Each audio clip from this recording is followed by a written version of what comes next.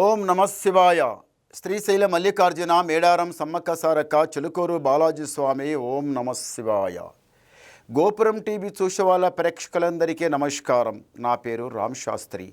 చిలుక జోస్యం అంటండి ఆ కాలంలో ఉంది, ఇప్పుడు గుడుక ఉంది, ఇక ముందు గుడుక నడుస్తుంది. చిలుక జోస్యం అంటే నిజముందండి, నమ్మండి, వినండి. ఇప్పుడు నేను చెప్పేది 12 రాశుల మీద జ్యోతిషం. 4 తారీఖు నుంచి మే నెల 4 నుంచి 10 తారీఖు వరకు ఏ రాశి మీద గురుబలం ఎంత ఉంది, ఏ రాశి మీద శనిబలం ఎంత ఉంది, మంచి ఎంత, చెడు ఎంత, లాభం ఎంత, లుక్సాన్ ఎంత, కష్టం నష్టం, సుఖం దుఃఖం చెప్తా వినండి. చిలుకమ్మ, మిథున రాశి వాళ్ళ జ్యోతిషం, మిథున రాశి వాళ్ళ భవిష్యవాణి, మిథున రాశి వాళ్ళ గణితవాణి. చిలుకమ్మ తే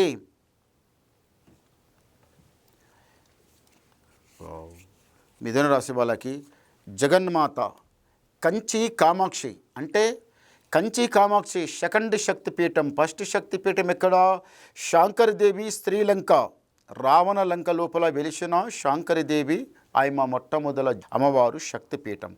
రెండవ శక్తిపీఠం కంచి కామాక్షి. మూడవ శక్తిపీఠం శుంకులాదేవి. 4వ శక్తిపీఠం చాముండేశ్వరి, జోగులంబ, బ్రహ్మరంబ, కొల్లాపురి మహాలక్ష్మి, ఏకవీరిక, ఉజ్జయిని మహాకాళి, పార్వతిక, గిరిజాదేవి, పానికమ్మ, కామరూపణి, మాదేవేశ్వరి, మంగళాగౌరి, వైష్ణదేవి, కాశీ విశాలాక్షి, బాసర సరస్వతి. ఎన్ని? 18 శక్తిపీఠాలు.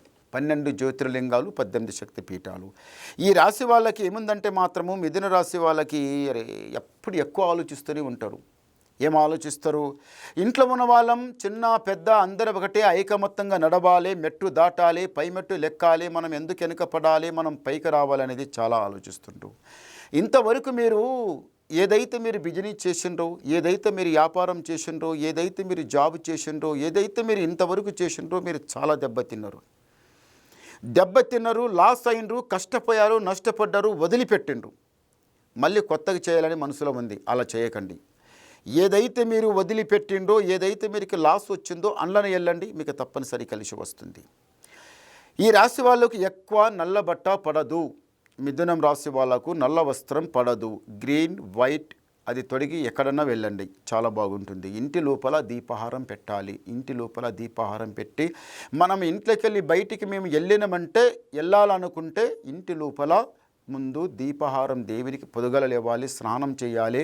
ఇంటి లోపల ఇంటి దేవునికి దీపహారం పెట్టి 5 అగరబత్తులు ముడిచి ఇంత నోష్టకి కుంకుమ పెట్టుకొని నమస్కారం చేసి వెళ్ళండి. మీకు 100కి 100 రూపాయలు తప్పనిసరి. మీరు ఏదైతే పనికి వెళ్తారో ఆ పని మీకు తప్పనిసరి జరుగుతుంది. అలా కాకుండా ఏదో మీరు తానం చేసి ఏదో తీసుకుంటే జేబులో ఏదో 10 రూపాయలు పెట్టుకొని అయితే పోతాం, అది కాలేదు కదా అని మళ్ళీ చిన్న ముఖం చేసుకొని రావడం అది కరెక్ట్ కాదు. మీరు కొన్ని రోజుల నుంచి ఎలా వచ్చిన పైసా అలాగే పోతుంది. ఎక్కువ ఆలోచిస్తుండ్రు, తక్కువ పనులు జరుగుతుంది. నమ్మిన వాళ్ళు మోసం చేయడం, నమ్మిన వాళ్ళు దోక చేయడం, మీరు చాలా బాధపడడం. ఏమిరా వానికి అంత మంచిగా నమ్ముతి, వాళ్ళకి అట్లా నమ్ముతి అని మీరు ఇట్లా చాలా బాధపడడం. ఆ బాధ అంతా వదిలిపెట్టండి. ఏం చేస్తారు? ఆ దరిద్రం అలాంటి ఉంటుంది. కాలకంటక దరిద్రం అట్లా ఉంటుంది, ఒక్కొక్కటప్పుడు అట్లా ఉంటుంది. ఏం చేస్తారు? ఈ రాశి వాళ్ళకి మళ్ళీ ఒకటి ఏముందంటే మాత్రము మళ్ళీ కాలకంటక దరిద్రం అంతా వెళ్ళిపోతుంది. ఈ రాశి వాళ్ళు ఈసారి మంచి ఒక గృహం, ఇల్లు, కట్టిన ఇల్లు కొనాలని మనసులో ఉంది. కట్టిన ఇల్లు కొనాలనుకున్న మనసు లోపల ఉంటే వాస్తు ప్రకారం కొనండి. కొంచెం వాస్తు చూడండి. వాస్తు తెలిసిన వాళ్ళకు ఉంటే వాస్తు ప్రకారంగా కొనండి.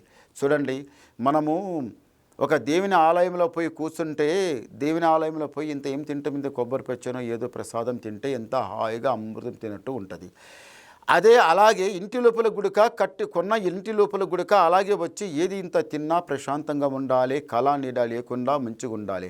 అది వాస్తు ప్రకారం కరెక్ట్ లేకుండా అటు ఇటు ఏదో మూల లోపల ఉంటే, వాస్తు కరెక్ట్ లేకపోతే రాత్రి కలలు పడడం, మనసు శాంతం ఉండకపోవడం, ఇంట్లో బరకత ఉండకపోవడం, ఆరోగ్యం సరిగా ఉండకపోవడం, మనసు శాంతం ఉండకపోవడం, ఇంటి లోపల హామంటే హాన్నట్టు కోపం, కొట్లాడ, జగడ, లపడ అవుతున్నట్టు. ఇది ఎందు గురించి?